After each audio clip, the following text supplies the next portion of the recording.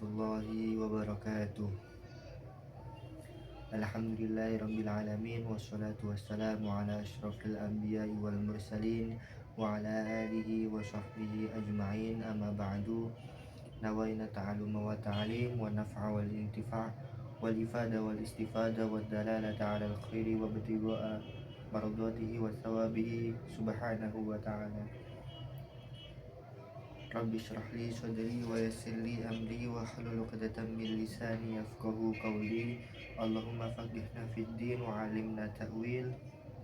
Khususan Syekh Abi Syuja' Ahmad bin Husain Al-Asfahani Asy-Syafi'i rahimahullahu amin. Al-Fatihah. A'udzu billahi minasyaitonir rajim. Bismillahirrahmanirrahim.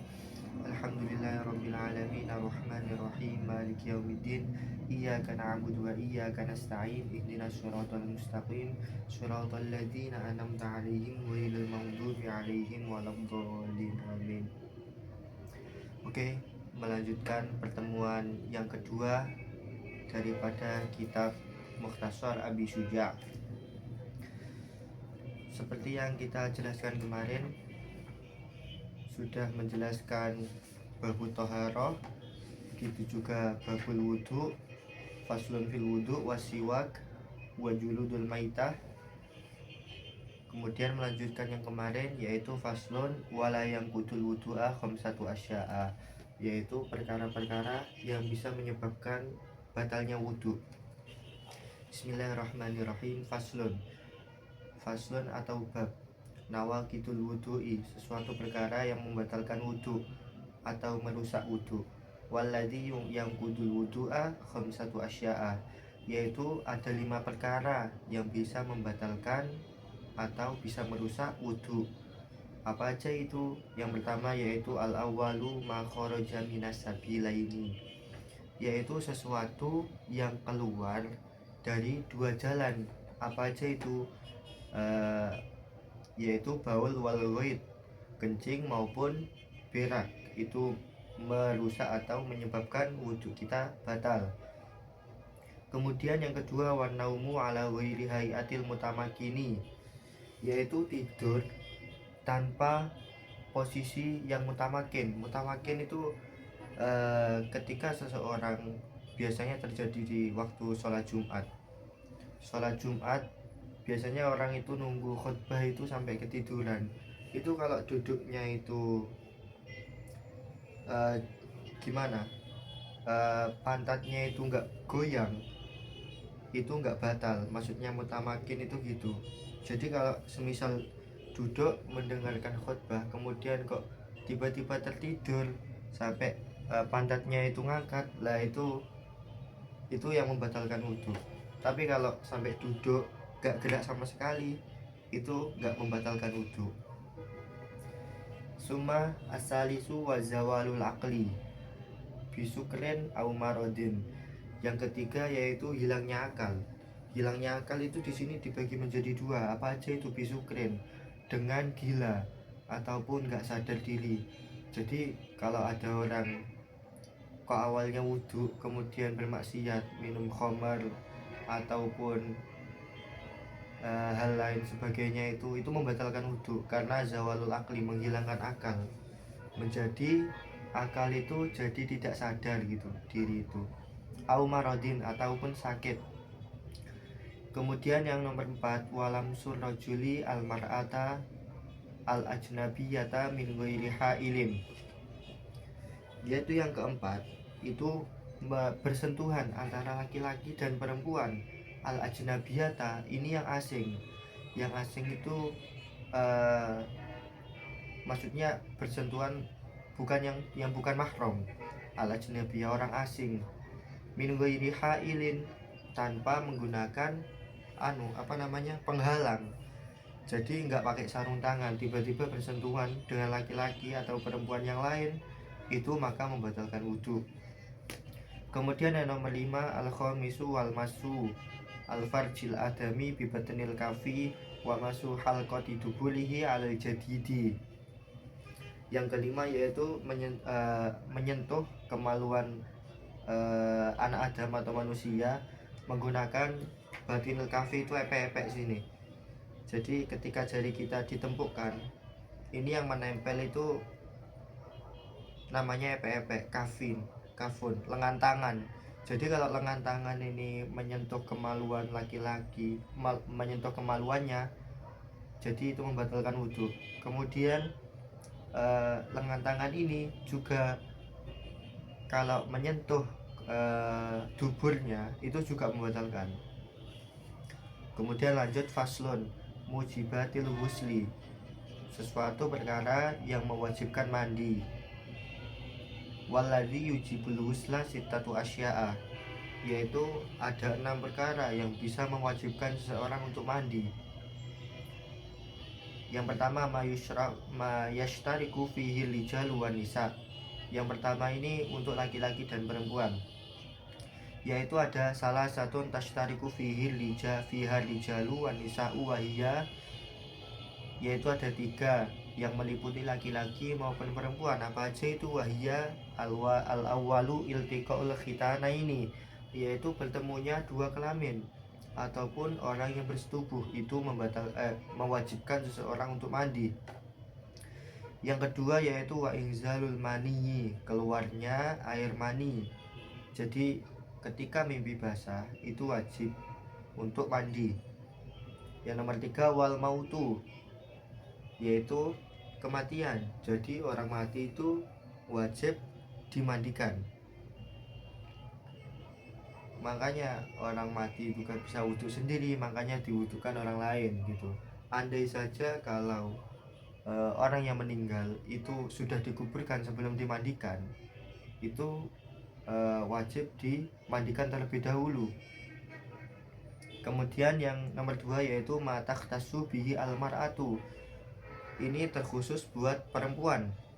Wahiyya wasala satun takhtasu bihan nisa'u, yaitu ada 3 perkara yang dikhususkan perempuan wajib mandi. Yang pertama al-haidu, perempuan haid itu wajib mandi. Yang kedua wan nifasu,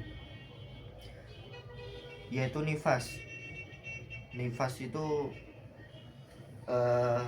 darah yang keluar ketika perempuan lahiran. Kemudian yang ketiga wal wiladatu, ketika lahiran itu diwajibkan mandi. Kemudian lanjut faslun faraidul husli wasunanihi, beberapa kefarduan mandi beserta sunah-sunahnya. Faraidul husli wa faraidul husli salah satu asya'a, kefarduan mandi itu ada 3 perkara, yaitu yang pertama an-niyatu, yaitu niat. Jadi ketika seseorang ketika mandi jinabat, contohnya mandi junub, itu diwajibkan niat. Yang kedua yaitu wa izalatun najasati ingkanat ala badanihi, yaitu membersihkan najis terlebih dahulu jika itu ada terletak pada badannya. Misalkan seseorang petani habis dari sawah, kemudian petani tersebut pulang dari sawah, dia harus mandi dikarenakan sebelum ke sawah beliau habis mimpi basah gitu. Jadi harus dihilangkan kotoran-kotoran yang menempel pada badannya si petani sebelum dia niat mandi wajib gitu. Kemudian yang nomor 3 yaitu wa isolul ma'i ila jami'i asy'ari wal basyarati, yaitu mengaliri air ke seluruh bagian tubuh. Yang pertama asy'ari yaitu rambut, kemudian wal basyarati dan kulit. Jadi rambut sama kulitnya itu harus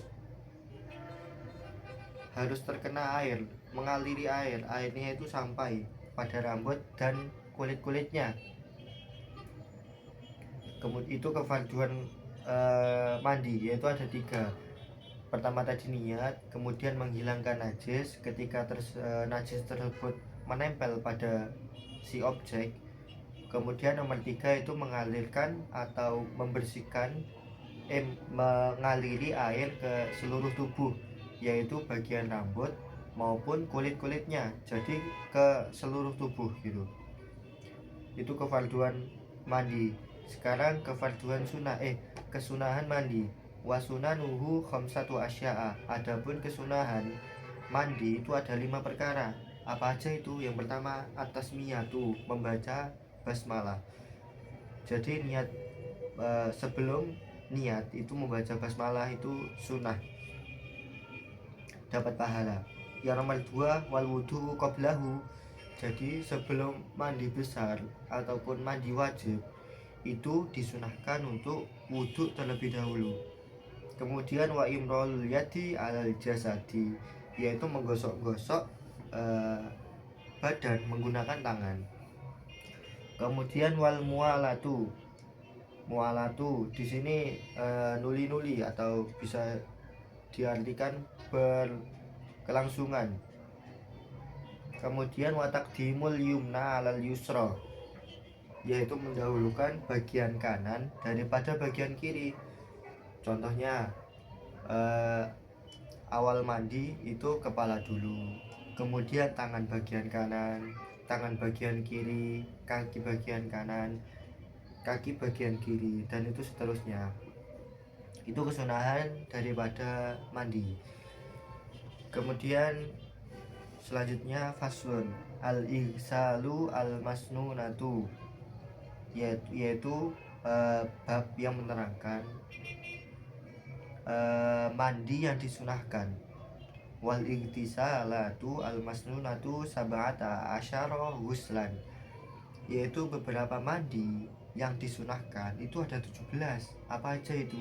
Yang pertama ghuslul jumu'ati, yaitu mandi dikarenakan sholat Jumat. Itu mandi yang disunahkan. Tapi gitu, sebelum mandi niat dulu, karena kefarduan mandi yang nomor 1 yaitu niat. Kemudian yang nomor 2 dan 3 itu gabung, wal aidaini. Kedua hari raya, apa aja itu? Hari raya Idul Fitri, besok kan Idul Fitri, itu disunahkan itu mas-mas atau mbak itu niat nawaitul ghusla lil Idul Fitri lillahi ta'ala, itu dapat kesunahan mandi. Ataupun yang kedua yaitu Idul Adha, ketika sembelihan. Jadi sebelum berangkat ke masjid untuk melaksanakan sholat Idul Adha itu mandi. Kemudian yang keempat yaitu wal istisqai, yaitu sholat mandi karena untuk sholat istisqa. Sholat istisqa itu apa? Sholat yang diadakan karena seseorang pengen meminta hujan. Jadi sebelum sholat istisqa itu disunahkan untuk mandi. Yang nomor 5 wal khusufi. Khusuf itu insya Allah mandi sholat gerhana.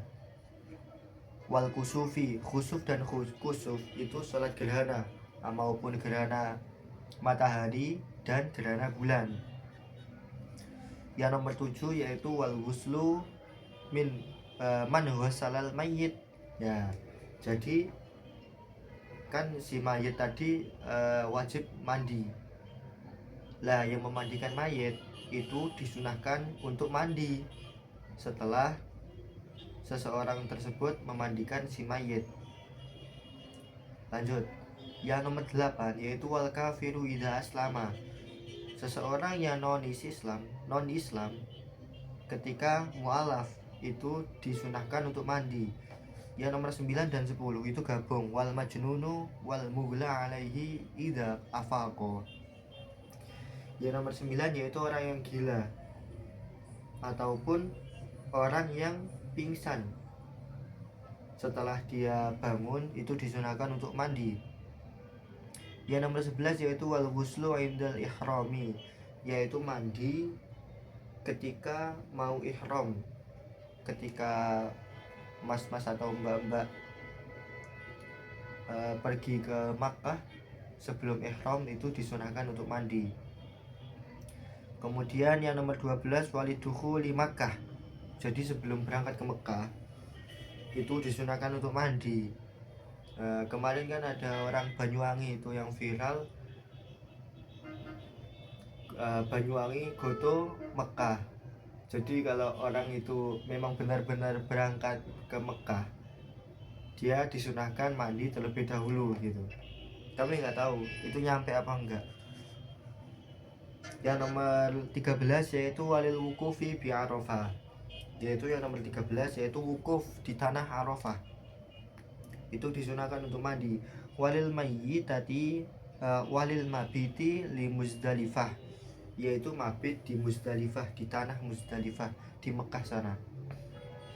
Yang nomor 15 wali ramyil jimari asalasi, yaitu ketika lempar jumroh yang ketiga itu disunahkan untuk mandi terlebih dahulu. Wali tawafi, yaitu orang yang tawaf. Jadi orang yang tawaf itu sebelumnya disunahkan untuk mandi. Kemudian yang terakhir yaitu yang nomor 17 walidukhuli madinati Rasulillah sallallahu alaihi wasallam, Allahumma sholli alaih, yaitu masuk ke tanah Madinah, tanahnya Rasulullah. Itu sebelum berangkat ke sana itu disunahkan untuk mandi. Yaitu ada rujuknya dari musannaf qauluhu walidukhulil madinati Rasulillah sallallahu alaihi wasallam laisa fihi wa asbata makanahu wal hamamu wal masbitu min baqiyatin nusakhi al mu'tadidati ladaina wa aksarun nusakhi al musanidati wa amma zikrul hammam fahuwa fil iqna min syarhi la minal matani. Jadi intinya itu sebelum berangkat ke Madinah itu disunahkan untuk mandi. Mungkin cukup sekian untuk pertemuan kali ini. Biarpun sedikit, yang penting istiqomah. Kalau ada pertanyaan mohon ditanyakan, kurang lebihnya mohon dimaafkan. Akhirul kalam, assalamualaikum warahmatullahi wabarakatuh.